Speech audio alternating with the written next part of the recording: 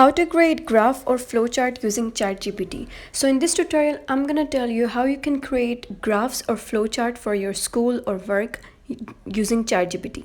So first of all, go to ChatGPT and ask them to write them any of graph or flowchart on any of the topic, but write that make me a mermaid graph or mermaid flowchart. So once you write this, they're gonna give you a code for mermaid life.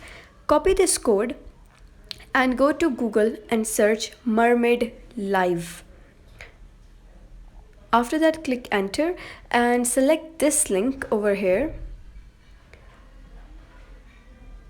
And here you just have to copy and paste that code. And now you can see that the code you provided has been converted into a pictorial representation.